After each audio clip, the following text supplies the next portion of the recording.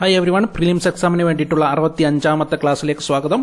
63ാമത്തെ ക്ലാസ്സും 64ാമത്തെ ക്ലാസ്സും ഇന്ന് തന്നെ അപ്ലോഡ് ചെയ്തിരുന്നു. അത് കാണാത്തവർ അത് കാണുക.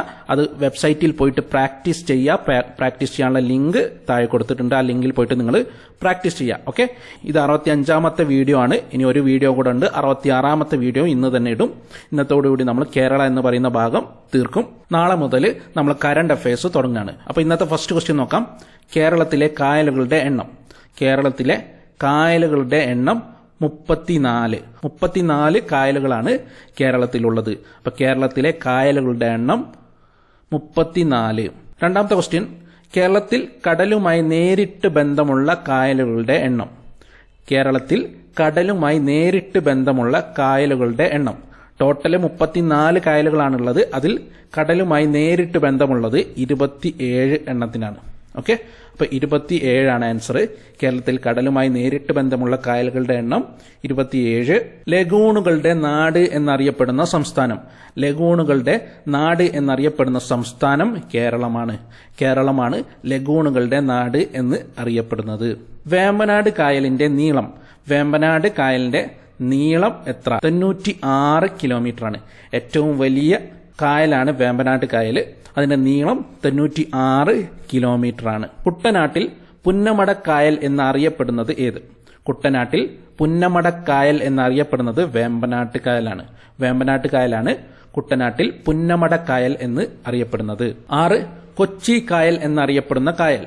കൊച്ചി കായൽ എന്നറിയപ്പെടുന്ന കായലും വേമ്പനാട്ട് കായലാണ്. ഓക്കെ, അപ്പൊ പുന്നമടക്കായൽ എന്നറിയപ്പെടുന്നു, കൊച്ചി കായൽ എന്നറിയപ്പെടുന്നു. വീരൻപുഴ എന്ന് കൊച്ചിയിൽ അറിയപ്പെടുന്ന കായൽ.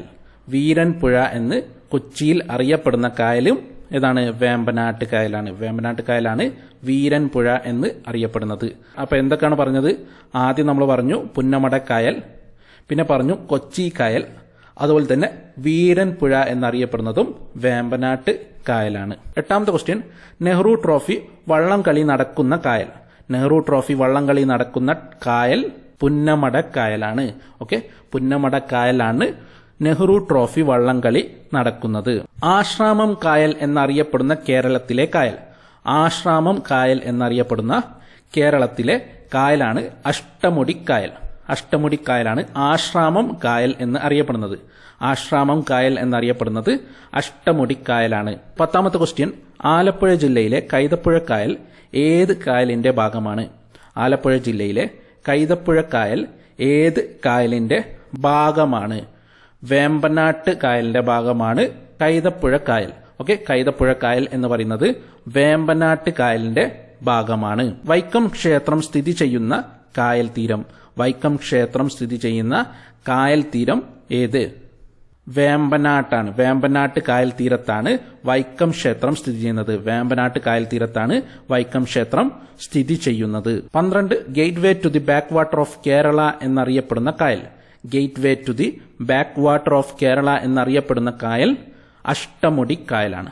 അഷ്ടമുടിക്കായലാണ് gateway to the backwater of Kerala എന്നറിയപ്പെടുന്ന കായൽ. കേരളത്തിലെ രണ്ടാമത്തെ ഏറ്റവും വലിയ കായൽ അഷ്ടമുടി കായലാണ്. കേരളത്തിലെ രണ്ടാമത്തെ ഏറ്റവും വലിയ കായലാണ് അഷ്ടമുടി കായൽ. ഏറ്റവും വലിയ കായൽ നമ്മൾ പറഞ്ഞു വേമ്പനാട്ട് കായലാണ്. രണ്ടാമത്തെ ഏറ്റവും വലിയ കായലാണ് അഷ്ടമുടി കായൽ. കല്ലട നദി പതിക്കുന്ന കായൽ. കല്ലട നദി പതിക്കുന്ന കായൽ അഷ്ടമുടി കായലാണ്. കല്ലട നദി പതിക്കുന്ന കായൽ ഏതാണ്? അഷ്ടമുടി കായലാണ്. പെരുമൺ തീവണ്ടി അപകടം നടന്ന കായൽ ഏത്? പെരുമൺ തീവണ്ടി അപകടം നടന്നതും അഷ്ടമുടി കായലിലാണ്. അഷ്ടമുടി കായലിലാണ് പെരുമൺ തീവണ്ടി അപകടം നടന്നത്. 16. പ്രസിഡന്റ് ട്രോഫി ജലോത്സവം നടക്കുന്ന കായൽ.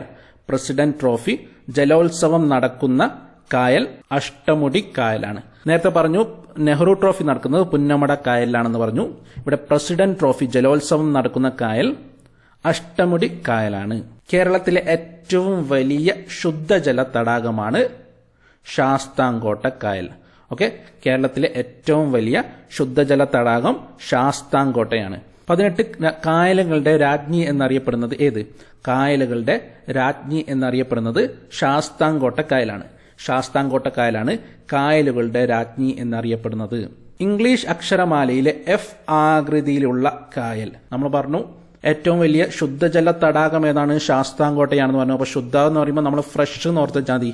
അപ്പോൾ എഫ് ആകൃതിയിലുള്ളത് ശാസ്താംകോട്ട കായലാണ്. ഓക്കെ, ഇംഗ്ലീഷ് അക്ഷരമാലയിൽ എഫ് ആകൃതിയിലുള്ള കായൽ ശാസ്താംകോട്ട കായലാണ്. പാതിരാമണൽ ദ്വീപ് സ്ഥിതി ചെയ്യുന്നത് എവിടെ? പാതിരാമണൽ ദ്വീപ് സ്ഥിതി ചെയ്യുന്നത് എവിടെ? വേമ്പനാട്ട് കായലിലാണ് പാതിരാമണൽ ദ്വീപ് സ്ഥിതി ചെയ്യുന്നത്. പാതിരാമണൽ ദ്വീപ് സ്ഥിതി ചെയ്യുന്നത് വേമ്പനാട്ട് കായലിലാണ്. 21ാമത്തെ ക്വസ്റ്റ്യൻ, തണ്ണീർമുക്കം ബണ്ട് സ്ഥിതി ചെയ്യുന്ന കായൽ. തണ്ണീർമുക്കം ബണ്ട് സ്ഥിതി ചെയ്യുന്ന കായലാണ് വേമ്പനാട്ട് കായൽ. വേമ്പനാട്ട് കായലിലാണ് തണ്ണീർമുക്കം ബണ്ട് സ്ഥിതി ചെയ്യുന്നത്. 22ാമത്തെ ക്വസ്റ്റ്യൻ, കേരളത്തിലെ ആദ്യ സീ പ്ലെയിൻ സർവീസ് ആരംഭിച്ച കായൽ. കേരളത്തിലെ ആദ്യ സീ പ്ലെയിൻ സർവീസ് ആരംഭിച്ച കായൽ അഷ്ടമുടി കായലാണ്. അഷ്ടമുടി കായലിലാണ് കേരളത്തിലെ ആദ്യ സീ പ്ലെയിൻ സർവീസ് ആരംഭിച്ചത്. കേരളത്തിലെ ഏറ്റവും ചെറിയ ശുദ്ധജല തടാകം. ഏറ്റവും വലുത് ശാസ്താംകോട്ട. ഏറ്റവും ചെറിയ ശുദ്ധജല തടാകം പൂക്കോട് തടാകമാണ്. പൂക്കോട് തടാകമാണ് കേരളത്തിലെ ഏറ്റവും ചെറിയ ശുദ്ധജല തടാകം. കേരളത്തിലെ ഏറ്റവും വടക്കേ അറ്റത്തെ കായൽ. കേരളത്തിലെ ഏറ്റവും വടക്കേ അറ്റത്തെ കായൽ ഏത്? ഉപ്പളക്കായലാണ് കേരളത്തിലെ ഏറ്റവും വടക്കേ അറ്റത്തെ കായൽ. കേരളത്തിലെ ഏറ്റവും തെക്കേ അറ്റത്തെ കായൽ ഏത്? കേരളത്തിലെ ഏറ്റവും തെക്കേ അറ്റത്തെ കായലാണ് വേളി. ഏറ്റവും വടക്കേ അറ്റത്തത് ഉപ്പള, ഏറ്റവും തെക്കേ അറ്റത്തത് വേളി. അടുത്തത് കേരളത്തിലെ ഏറ്റവും തെക്കേ അറ്റത്തെ ശുദ്ധജല തടാകം. കേരളത്തിലെ ഏറ്റവും തെക്കേ അറ്റത്തുള്ള ശുദ്ധജല തടാകമാണ് ചോദിച്ചത്. വെള്ളായണി കായലാണ്. കേരളത്തിലെ ഏറ്റവും തെക്കേ അറ്റത്തുള്ള ശുദ്ധജല തടാകം വെള്ളായണി കായൽ. കേരളത്തിലെ ഏറ്റവും തെക്കേ അറ്റത്തുള്ള കായൽ ഏതാണെന്ന് ചോദിച്ചാൽ വേളിയാണ്. കേരളത്തിലെ ഏറ്റവും വടക്കേ അറ്റത്തുള്ള കായൽ ഉപ്പളയാണ്. 27ാമത്തെ ക്വസ്റ്റ്യൻ, ശാസ്താംകോട്ട കായൽ സ്ഥിതി ചെയ്യുന്ന ജില്ല. ശാസ്താംകോട്ട കായൽ സ്ഥിതി ചെയ്യുന്ന ജില്ല ഏത്? കൊല്ലം ജില്ലയാണ്. കൊല്ലം ജില്ലയിലാണ് ശാസ്താംകോട്ട കായൽ സ്ഥിതി ചെയ്യുന്നത്.